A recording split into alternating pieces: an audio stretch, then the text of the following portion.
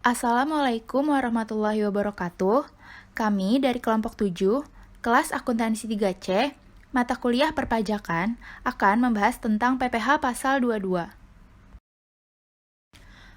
Kelompok 7 terdiri dari Hafid Muhammad Nazmi, Anissa Nur Al-Islami, dan saya sendiri, Lutfanisa Mahira.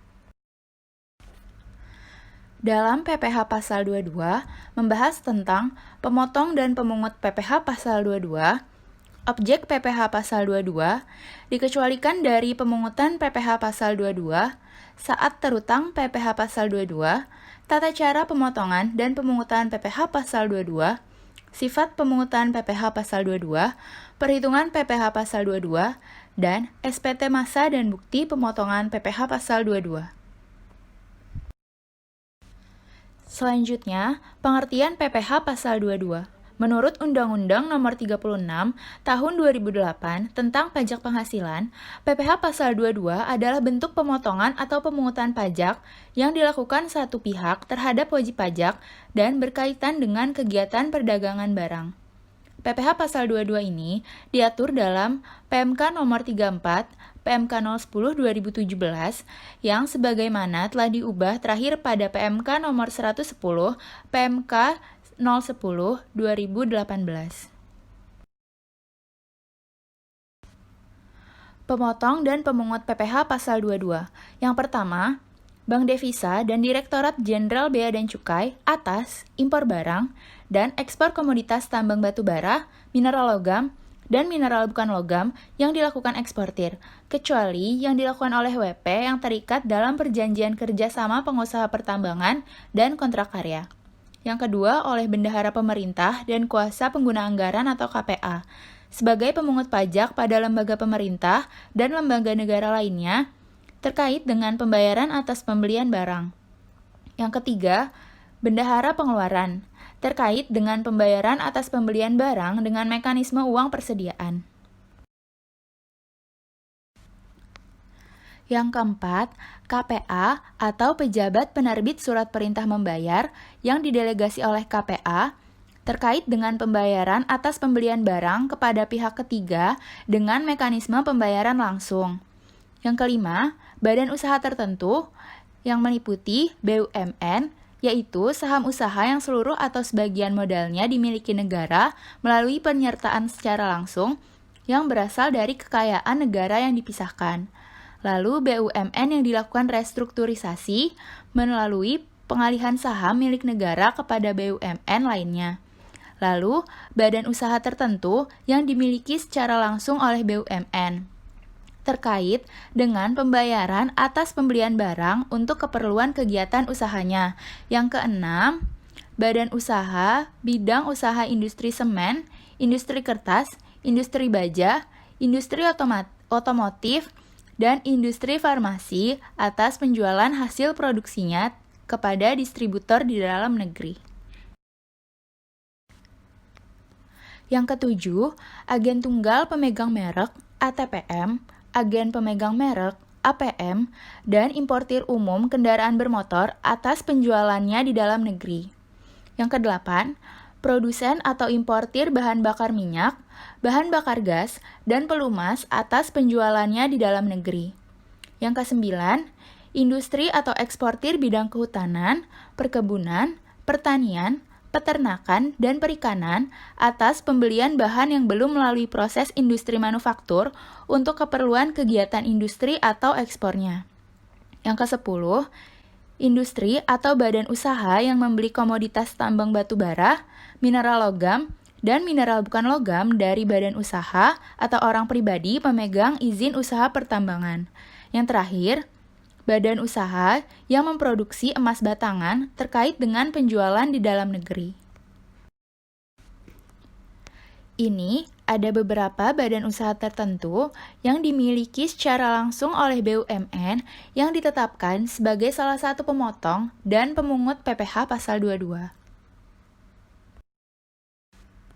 Selanjutnya, objek pungut PPh pasal 22. Yang pertama, impor barang luar negeri. Yang kedua, pembelian barang dalam negeri. Yang ketiga, penjualan hasil produksi tertentu di dalam negeri. Dan yang keempat, penjualan barang yang tergolong sangat mewah. Objek pungut terhadap impor barang luar negeri. Yang pertama, 10% dikali nilai impor barang tertentu yang terdapat pada lampiran 1 PMK 34 PMK 010 2017. Yang kedua, 7,5% dikali nilai impor barang tertentu lainnya yang terdapat pada lampiran 2 PMK 34 PMK 010 2017. Yang ketiga, 2,5% dikali nilai impor bagi importir yang menggunakan angka pengenal impor atau API selain barang dalam poin 1 dan 2. Yang keempat, 7,5% dikali nilai impor bagi importir tanpa angka pengenal impor atau non-API selain barang dalam poin 1 dan 2. Yang kelima, 7,5% dikali harga jual lelang bagi pemenang hasil lelang impor yang tidak dikuasai. Yang keenam, 0,5% dikali nilai impor khusus impor kedelai, gandum, dan tepung terigu bagi importir yang memiliki angka pengenal impor atau API. Nilai impor sama dengan Cost Insurance Freight atau CIF ditambah bea masuk ditambah pungutan lainnya yang dikenakan berdasarkan peraturan perundang-undangan kepabeanan di bidang impor. Jika importir menggunakan mata uang asing, maka nilai impor dihitung berdasarkan kurs Menteri Keuangan. Ini bersifat tidak final dan dapat menjadi kredit pajak.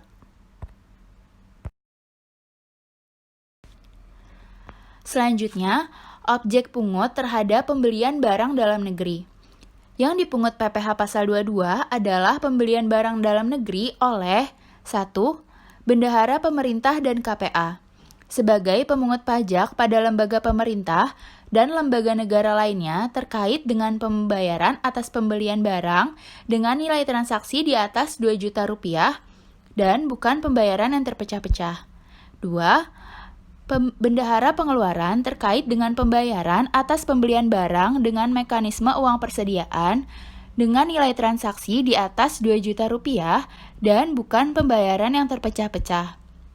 Yang ketiga, KPA atau pejabat penerbit surat perintah membayar yang didelegasi oleh KPA terkait dengan pembayaran atas pembelian barang kepada pihak ketiga dengan mekanisme pembayaran langsung dengan nilai transaksi di atas 2 juta rupiah dan bukan pembayaran yang terpecah-pecah. Yang keempat, pembayaran oleh badan usaha tertentu terkait dengan pembayaran atas pembelian barang atau bahan untuk keperluan usaha di atas 10 juta rupiah dan bukan merupakan pembayaran yang terpecah-pecah.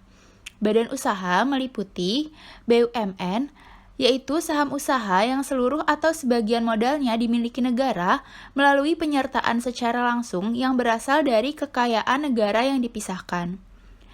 Lalu, BUMN yang dilakukan restrukturisasi melalui pengalihan saham milik negara kepada BUMN lainnya. Lalu, badan usaha tertentu yang dimiliki secara langsung oleh BUMN. Yang kelima, industri atau eksportir bidang kehutanan, perkebunan, pertanian, peternakan, dan perikanan atas pembelian bahan yang belum melalui proses industri manufaktur untuk keperluan kegiatan industri dan ekspornya. Lalu yang terakhir, industri atau badan usaha yang membeli komoditas tambang batu bara, mineral logam, dan mineral bukan logam dari badan usaha atau orang pribadi pemegang izin usaha pertambangan. Untuk poin 1-4, dikenakan 1,5% dikali harga pembelian, tidak termasuk PPN, dan bersifat tidak final. Untuk poin 5, dikenakan 0,25% dikali harga pembelian, tidak termasuk PPN, dan bersifat tidak final. Untuk poin 6, dikenakan 1,5% dikali harga pembelian, tidak termasuk PPN, dan bersifat tidak final. Penjualan hasil produksi di dalam negeri. Yang pertama, penjualan hasil produk tertentu dipungut PPh pasal 22 oleh pabrikan atau industri dengan ketentuan. Industri semen, tarif PPh pasal 22-nya sebesar 0,25% dari DPP PPN dan bersifat tidak final. Industri kertas, tarif PPh pasal 22-nya 0,1% dari DPP PPN dan bersifat tidak final. Industri baja, tarif PPh pasal 22-nya 0,3% dari DPP PPN dan bersifat tidak final. Industri otomotif, tarif PPh pasal 22-nya 0,45% dari DPP PPN dan bersifat tidak final. Industri farmasi, tarif PPh pasal 22-nya 0,3% dari DPP PPN dan bersifat tidak final. Yang kedua, penjualan hasil produksi oleh produsen atau importir BBM, bahan bakar gas dan pelumas sebagai berikut. Jenis produk BBM seperti premium, solar, premix atau super titi, dan minyak tanah. SPBU Pertamina dikenakan sebesar 0,25% dari penjualan, tidak termasuk PPN. SPBU non-Pertamina dikenakan sebesar 0,3% dari penjualan, tidak termasuk PPN. Selain SPBU dikenakan sebesar 0,3% dari penjualan, tidak termasuk PPN. Jenis produk bahan bakar gas, SPBU Pertamina, SPBU non-Pertamina, dan selain SPBU dikenakan sama rata sebesar 0,3% dari penjualan, tidak termasuk PPN. Dan jenis produk pelumas, ketentuannya sama seperti jenis produk bahan bakar gas. Pemungutan PPh pasal 22 atas penjualan bahan bakar minyak dan gas kepada penyalur atau agen bersifat final. Selain penyalur atau agen bersifat tidak final. Pemungutan PPh pasal 22 atas penjualan pelumas bersifat tidak final. PPh pasal 22 terutang pada saat penjualan, kecuali Pertamina dan badan usaha lain bidang BBM jenis premix, super titi, dan gas. PPh pasal 22 terutang pada saat penerbitan surat perintah pengeluaran barang. Yang ketiga, ekspor komoditas tambang batubara, mineral logam, dan mineral bukan logam sesuai dengan uraian barang dan pos tarif atau harmonized system, kecuali WP yang terikat dengan perjanjian kerjasama pengusahaan, pertambangan, dan kontrak karya, dikenakan sebesar 1,5% dari nilai ekspor dan bersifat tidak final. Yang keempat, penjualan kendaraan bermotor di dalam negeri oleh ATPM, APM, dan importir umum kendaraan bermotor dikenakan sebesar 0,45% dari dasar pengenaan PPN dan bersifat tidak final. Yang kelima, penjualan emas batangan oleh produsen dikenakan sebesar 0,45% dari harga jual emas batangan dan bersifat tidak final. Berikut ini adalah tarif PPh pasal 22 atas penjualan barang yang tergolong sangat mewah.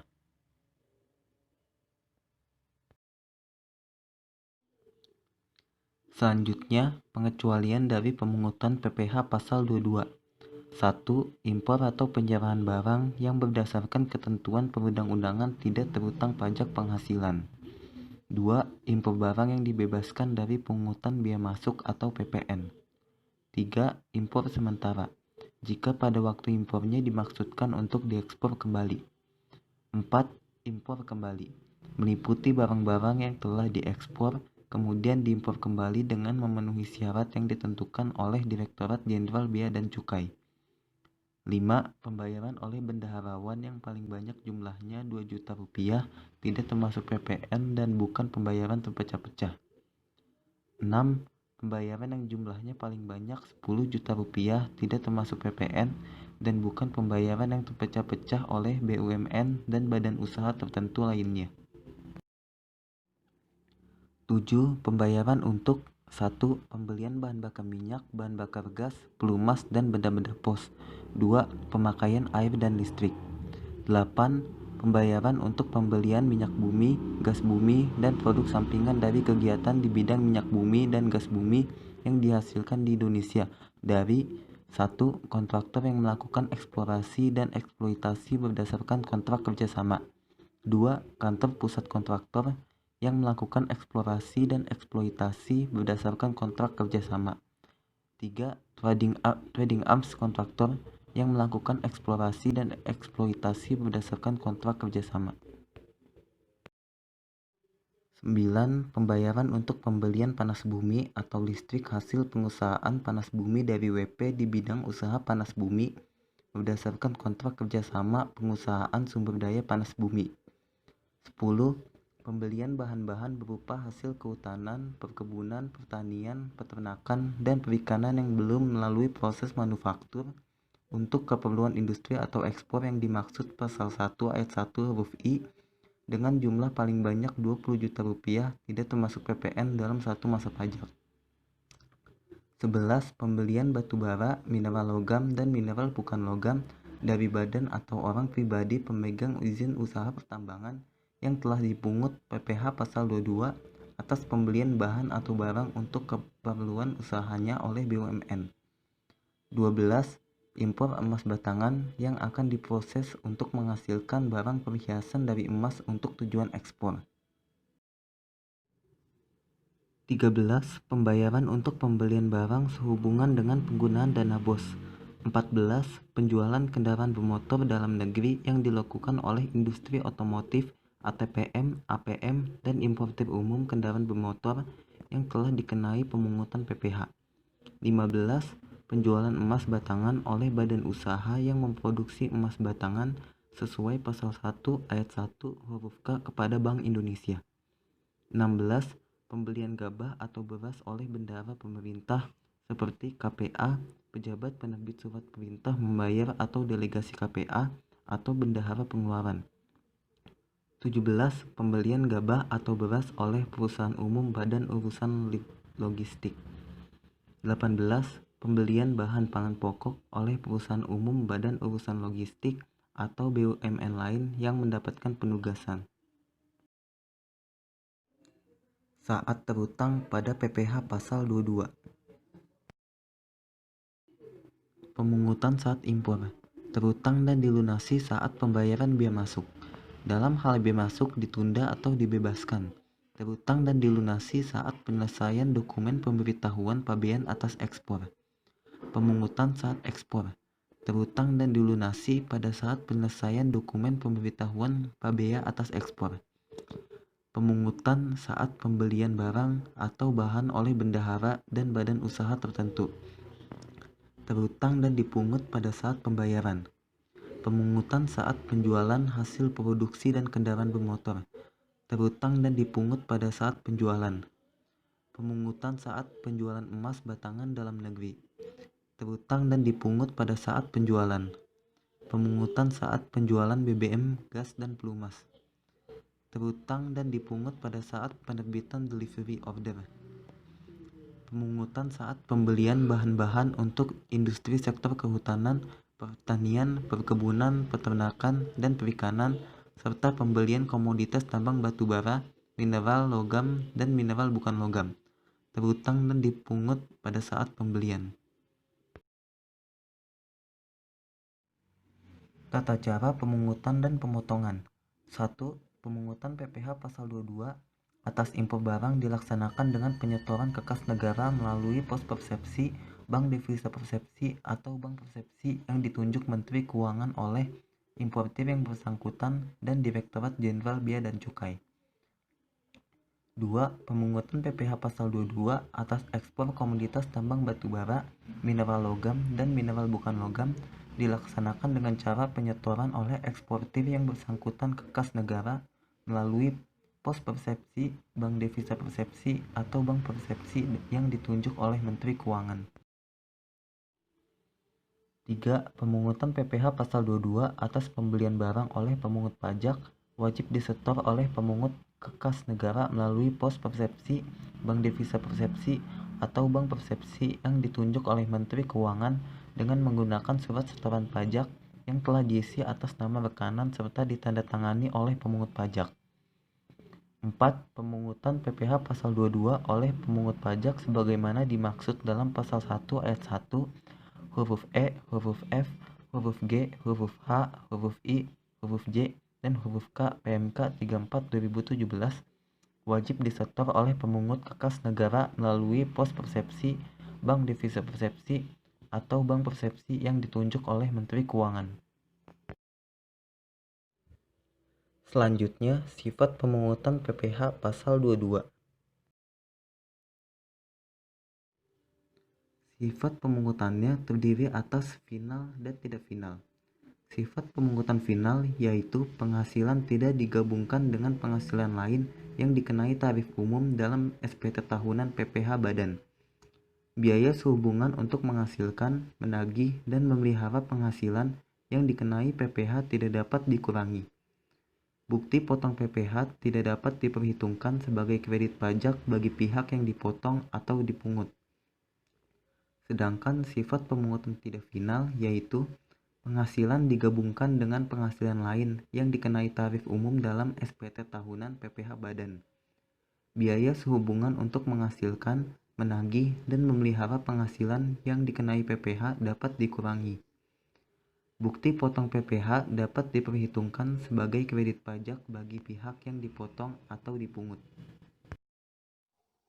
Setelah kita mengetahui siapa saja pemotong dan pemungut PPh pasal 22, apa saja objek pajak yang dipotong beserta dengan sifat pemungutannya, hal-hal yang dikecualikan dari pemungutan PPh pasal 22, kapan saat terutang PPh pasal 22 beserta dengan tata cara pemotongan dan pemungutan PPh pasal 22, maka sekarang kita akan coba memahami contoh dari perhitungan PPh pasal 22.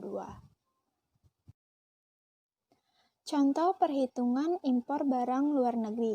Contoh yang pertama yaitu PT AAA mengimpor barang dari Kanada dengan harga faktur senilai 500.000 US dollar.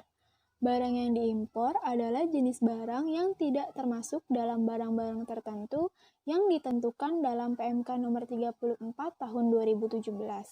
Biaya asuransi yang dibayar di luar negeri sebesar 3% dari harga faktur dan biaya angkut sebesar 5% dari harga faktur. Bea masuk sebesar 10% dan bea masuk tambahan sebesar 6%. Kurs pajak saat itu sebesar Rp14.550 per dolar Amerika Serikat. Maka perhitungannya yaitu kita harus tahu terlebih dahulu besarnya nilai impor. Nilai impor ini didapat dari total CIF ditambah bea masuk dan biaya-biaya lainnya. Pertama kita cari tahu dulu total CIF-nya, yaitu harga faktur sebesar 500.000 US dollar ditambah dengan biaya asuransi dari perhitungan 3% dikali 500.000 US dollar yaitu 15.000 US dollar ditambah dengan biaya angkut dari perhitungan 5% dikali 500.000 US dollar yaitu sebesar 25.000 US dollar. Jadi total CIF yaitu 540.000 US dollar. Nah, karena bentuknya masih dalam dolar Amerika Serikat, maka kita harus konversi terlebih dahulu ke dalam bentuk rupiah. Caranya yaitu 540.000 US dollar dikali dengan 14.550 rupiah, di mana itu merupakan kurs pajak saat itu. Jadi, hasilnya adalah 7.857.000.000 rupiah.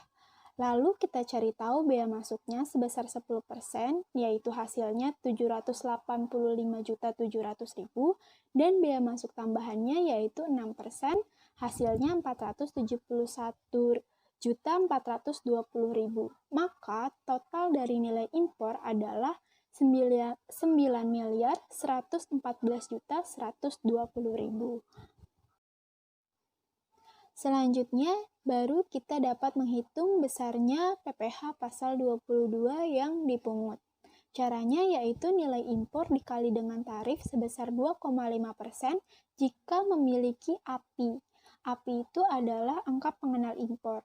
Tapi jika ternyata tidak memiliki API, maka besarnya tarif adalah 7,5%.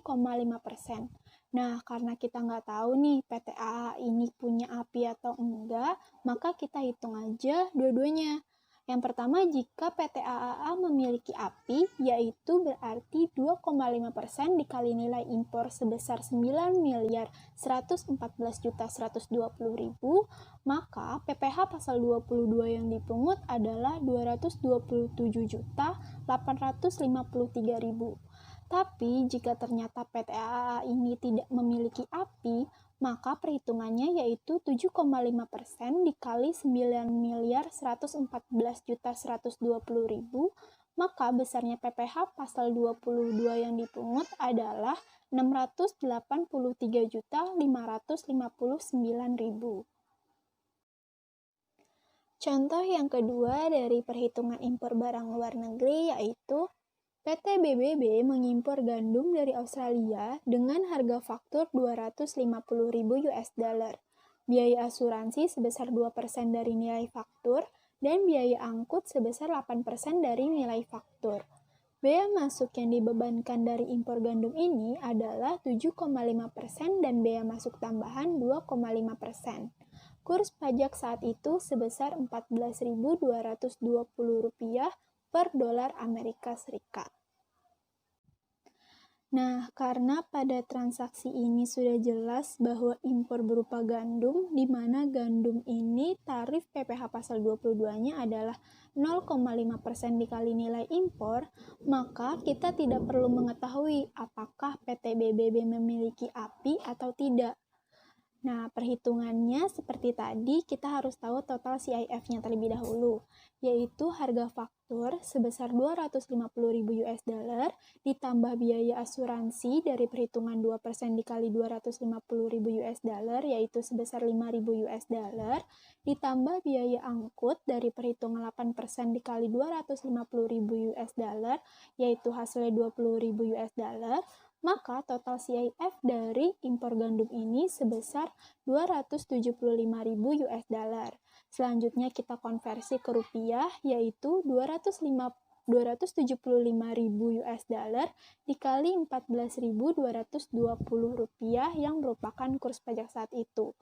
Jadi total CIF dalam rupiah adalah 3.910.500.000 rupiah. Lalu kita hitung bea masuknya sebesar 7,5%, yaitu Rp293.287.500, dan bea masuk tambahan sebesar 2,5%, yaitu Rp97.762.500. Jadi total dari nilai impor yaitu sebesar Rp4.301.550.000. Nah, PPh pasal 22 yang dipungut adalah 0,5% dikali nilai impor tadi, yaitu sebesar Rp4.301.550.000. Hasilnya adalah Rp21.507.750. Selanjutnya, contoh perhitungan pembelian barang dalam negeri. Contoh yang pertama yaitu PT AAA berkedudukan di Kota Jakarta, menjadi pemasok alat-alat tulis kantor untuk Dinas Pendidikan Kota Bogor. Pada tanggal 1 Agustus 2020, PT AAA melakukan penyerahan barang kena pajak dengan nilai kontrak sebesar Rp22 juta termasuk PPN. Jadi Rp22 juta ini termasuk PPN. Nah, karena pemungutnya merupakan dinas pendidikan, maka tarifnya adalah 1,5% dari DPP tidak termasuk PPN. Nah, pertama kita hitung dulu nih DPP yang tidak termasuk PPN-nya. Caranya yaitu Rp22 juta dikali 100 per 110. Kenapa? Karena 100-nya itu tuh yang tidak termasuk PPN, sedangkan 110 itu total yang sudah termasuk PPN. Jadi DPP yang tidak termasuk PPN adalah Rp20 juta. Baru deh kita hitung PPh pasal 22 yang dipungutnya, yaitu sebesar 1,5% dikali Rp20 juta, yaitu sebesar Rp300.000. Contoh yang kedua yaitu PT Dua Saudara merupakan perusahaan yang mengolah hasil-hasil pertanian.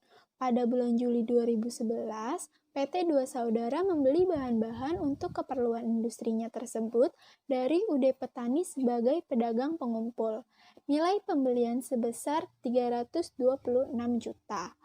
Nah, jadi PPh pasal 22-nya yaitu sebesar 0,25% dikali Rp326 juta. Hasilnya adalah Rp815.000. Berikutnya, contoh perhitungan penjualan hasil produksi di dalam negeri. Contoh yang pertama yaitu PT AAA merupakan perusahaan kertas yang menjual hasil produksinya kepada PT BBB senilai Rp1.100 juta. Harga ini sudah termasuk PPN sebesar 10%. Nah, pertama kita hitung dulu DPP yang tidak termasuk PPN-nya, yaitu 1.100.000.000 rupiah dikali 100 per 110, hasilnya adalah 1 miliar. Maka besarnya PPh pasal 22 adalah 0,1% dikali 1 miliar. Jadi hasilnya yaitu 1 juta rupiah. Contoh yang kedua yaitu PT Pertamina adalah produsen dan importir bahan bakar minyak, gas, dan pelumas. Pada bulan Agustus 2011 melakukan penyerahan sebagai berikut. Pertama, penyerahan bahan bakar minyak senilai 816 juta rupiah kepada SPBU Pertamina. Yang kedua, penyerahan bahan bakar minyak senilai 523 juta rupiah kepada non-SPBU. Yang ketiga, penyerahan bahan bakar gas senilai 179.800.000 kepada Blue Gas Distributor. Dan yang terakhir, penyerahan pelumas senilai 278.900.000 rupiah kepada PT Oli. Nah, maka perhitungannya yaitu yang pertama atas penyerahan bahan bakar minyak kepada SPBU, yaitu 0,25% dikali 816 juta, hasilnya 2.040.000. Yang kedua, atas penyerahan bahan bakar minyak kepada non-SPBU, yaitu 0,3% dikali 523 juta, hasilnya 1.569.000. Yang ketiga, atas penyerahan bahan bakar gas kepada Blue Gas Distributor dengan tarif 0,3% dikali 179.800.000, hasilnya yaitu 539.400 rupiah. Dan yang terakhir, atas penyerahan pelumas kepada PT Oli, tarifnya yaitu 0,3% dikali 278.900.000 rupiah, hasilnya adalah 836.700 rupiah. Dan yang terakhir, contoh perhitungan penjualan barang yang tergolong sangat mewah. Contoh yang pertama, PT AAA merupakan perusahaan pengembang properti yang menjual apartemen dengan nilai 50 miliar kepada CCC. Harga jual ini tidak termasuk PPN dan PPNBM. Maka besarnya PPh pasal 22 yaitu 1% dikali 50 miliar, hasilnya adalah 500 juta rupiah. Yang kedua, PT BBB menjual kapal pesiar dengan nilai 800 miliar kepada PT DDD. Nilai ini tidak termasuk PPN dan PPNBM. Maka besarnya PPh pasal 22 yang dipungut yaitu 5% dikali 800 miliar. Hasilnya adalah 40 miliar rupiah. Berikut ini merupakan bentuk dari SPT massa PPh pasal 22. Nah, untuk petunjuknya, pada bagian judul itu diberi tanda silang pada kotak di depan baris SPT normal jika SPT yang disampaikan merupakan SPT biasa, dan diberi tanda silang pada kotak di depan baris SPT pembetulan jika SPT yang disampaikan merupakan SPT pembetulan. Untuk SPT pembetulan, maka pada baris SPT pembetulan ke-nya diisi dengan angka kesekian kalinya wajib pajak melakukan pembetulan. Masa pajak diisi dengan masa pajak yang bersangkutan dengan format penulisan bulan lalu tahun. Untuk SPT pembetulan, masa pajak diisi dengan masa pajak dari SPT yang dibetulkan. Lalu pada bagian A diisi dengan identitas lengkap berupa NPWP, nama, dan alamat pemungut pajak atau wajib pajak. Pada bagian B, SPT disampaikan oleh pemungut pajak atas transaksi-transaksi yang terutang PPh pasal 22 sesuai dengan ketentuan yang berlaku. Lalu, pada bagian C, beri tanda X dalam kotak sesuai dengan dokumen yang dilampirkan dan isi jumlah dokumen yang dilampirkan pada kotak yang tersedia. Jika SPT ditandatangani oleh bukan pemungut pajak atau wajib pajak, maka harap dilampirkan surat kuasa khusus bermaterai cukup. Dan yang terakhir, pada bagian D, beri tanda X pada kotak yang sesuai. Pemungut pajak atau pimpinan atau kuasanya wajib membubuhkan nama lengkap dan NPWP yang bersangkutan, serta wajib menandatangani dan membubuhkan cap perusahaan. Tanggal diisi dengan tanggal dibuatnya SPT dengan format penulisan tanggal, bulan, lalu tahun. Kotak yang harus diisi oleh petugas cukup dikosongkan saja oleh wajib pajak. Oh iya, jika kita telat untuk melaporkan SPT masa ini, maka kita juga bisa dikenakan sanksi dan denda yang sudah diatur oleh Undang-Undang KUP. Yang berikut ini merupakan bukti pemungutan PPh pasal 22. Angka 1 diisi dengan nama KPP, angka 2 diisi dengan nomor bukti pemungutan sesuai dengan urutan yang dibuat oleh Badan Usaha Industri atau Eksportir, angka 3 diisi dengan identitas wajib pajak yang dipungut PPh pasal 22, angka 4 diisi dengan tanggal dibuatnya bukti pemungutan pajak, angka 5 diisi dengan identitas lengkap pemungut pajak, dan angka 6 diisi dengan tanda tangan, nama, dan cap pemungut pajak. Untuk petunjuk khususnya, sebagai pemungut pajak PPh pasal 22, Badan Usaha Industri dan Eksportir, sesuai dengan ketentuan yang berlaku, wajib membuat bukti pemotongan pajak ini dalam rangkap 3. Lembar pertama untuk wajib pajak, lembar kedua untuk kantor pelayanan pajak sebagai lampiran pada saat pelaporan SPT massa, dan lembar ketiga untuk pemungut pajak. Kolom pertama cukup diisi dengan nomor, kolom kedua diisi uraian, kolom ketiga diisi dengan harga penjualan atau pembelian bruto, kolom keempat, jika pemungutan dilakukan terhadap wajib pajak yang tidak memiliki NPWP, isilah kotak dengan tanda X. Namun, jika pemungutan dilakukan terhadap wajib pajak yang memiliki NPWP, maka kosongkan kotak. Kolom kelima diisi dengan tarif. Tarifnya tarif yang berlaku sesuai dengan objek pajak. Jika dikenakan pemungutan 100% lebih tinggi, kolom tarif diisi sebagai 200% dikali besarnya tarif yang berlaku. Kolom 6 diisi dengan jumlah PPh pasal 22 yang dipungut, yaitu hasil dari kolom 3 dikali kolom 5, dan pada bagian terbilang diisi untuk jumlah PPh. Dan yang ini merupakan daftar bukti pemungutan PPh pasal 22. Untuk petunjuk pengisiannya, masa pajak diisi dengan masa pajak yang bersangkutan dengan format penulisan bulan lalu tahun. Untuk SPT pembetulan, masa pajak diisi dengan masa pajak dari SPT yang dibetulkan. Kolom 1 diisi dengan nomor. Kolom 2 diisi dengan NPWP wajib pajak yang dipungut. Jika wajib pajak tidak memiliki NPWP, maka diisi dengan alamat lengkap wajib pajak yang bersangkutan. Kolom 3 diisi nama lengkap wajib pajak. Kolom 4 diisi dengan nomor bukti pemungutan. Kolom 5 diisi dengan tanggal dilakukannya pemungutan.